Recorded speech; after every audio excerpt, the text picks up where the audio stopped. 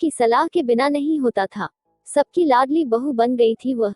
फिर उसके घर एक बेटे का जन्म हुआ। राहुल कविता को जान से प्यारा था। पोता पाकर ससुराल वाले तो फूले नहीं समाते थे। कविता कभी कभी सोचती कि उसकी किस्मत कितनी अच्छी है। उसका हर अपना उसे कितना प्यार करता है। चाहे जीवन में कैसा भी समय आए, मेरे अपने हमेशा मेरे साथ हैं। मैं कभी अकेली नहीं हो सकती। कितनी खुशकिस्मत हूँ मैं। पर शायद कविता की खुशियों को उसकी अपनी ही नजर लग गई थी। एक दिन वह मायके जाने की जिद कर बैठी। राज को बहुत काम था, लेकिन वह फिर भी उसे ले गया। रास्ते में उनकी गाड़ी अन्य गाड़ी से टकरा गई। कविता, राज और राहुल बहुत बुरी तरह से जख्मी हो गए। काफी दिनों के इलाज के बाद राज और राहुल तो ठीक हो गए, लेकिन कविता पूरी तरह ठीक ना हो सकी। सर पर चोट लगने के कारण वह अपनी आंखों की रोशनी खो बैठी। अब कविता की किस्मत जैसे उसे पांव चलने लगी। मायके वाले कुछ दिनों तक उसे मिलने आते रहे, फिर कभी कभार फोन ही करके पूछ लेते कि अब कैसी हो। धीरे धीरे ये सिलसिला भी कम हो गया। ससुराल वालों की सहानुभूति भी कम होने लगी।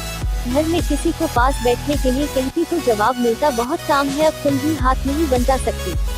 राज भी चिड़चिड़ा हो गया था। बस राहुल ही था उसके साथ, जिसके साथ हंसते खेलते उसका वक्त गुजरता। एक दिन कविता के हाथ से कुछ सामान गिर गया, जिसकी वजह से राहुल को हल्की सी चोट लग गई। कविता के सास ससुर ने राहुल को उससे अलग कर दिया कि कहीं उसके ना देखने की वजह से बच्चे का कोई नुकसान ना हो जाए। कविता अंदर से टूट चुकी थी। एक दिन उसने सबके सामने मायके जाने की इच्छा रखी तो राज उसे तुरंत मायके छोड़ आया, जैसे कि वह भी यही चाहता था। लेकिन राहुल को उसके साथ नहीं भेजा गया। कविता कभी राहुल से दूर नहीं रही थी, पर अपनी कमी के कारण उसने ज्यादा बहस नहीं की। कविता को लगा कि वह 3-4 दिन वहाँ रहेगी तो थोड़ा हवा पानी बदल जाएगा, क्योंकि वह कितने दिनों से कहीं भी बाहर नहीं गई थी। घर वाले भी इतने दिनों बाद उसे देखकर कितने खुश होंगे। कविता के घर पहुंचने पर सब लोग बहुत खुश हुए। खाने में सब कुछ कविता की पसंद का ही बना था। उसने अपने मम्मी पापा और भाई भाभियों से दिल खोलकर बातें की।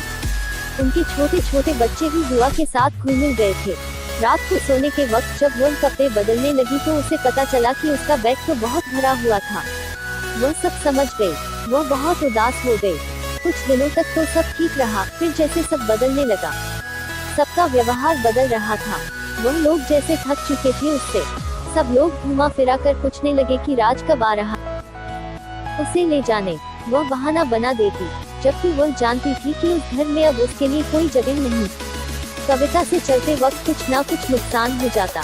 थोड़ी बहुत तो पटाखी उसे सुनाई देती, वह टाल देती। एक दिन उसके हाथ से लगकर एक कीमती फूलदान टूट गया। छोटी भाभी ने बहुत हंगामा मचाया।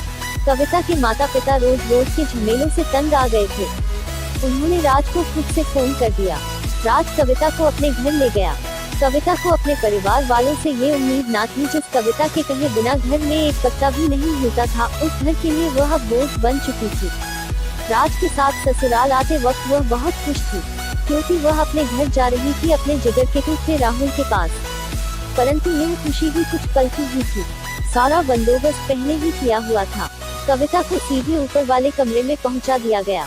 राहुल से दूर रहने की सख्त चेतावनी वाली लता को उसकी जिम्मेदारी सौंपी गई, जो उसके खाने पहनने जैसी जरूरतों का ध्यान रखती। कविता ज्यादातर चुप ही रहती। कभी कभी काम वाली लता से थोड़ा बतिया लेती। उसके जरिए राहुल का पता चल जाता। सबकी लाडली बेटी और बहू सबके लिए लाडली से बोझ बन चुकी थी।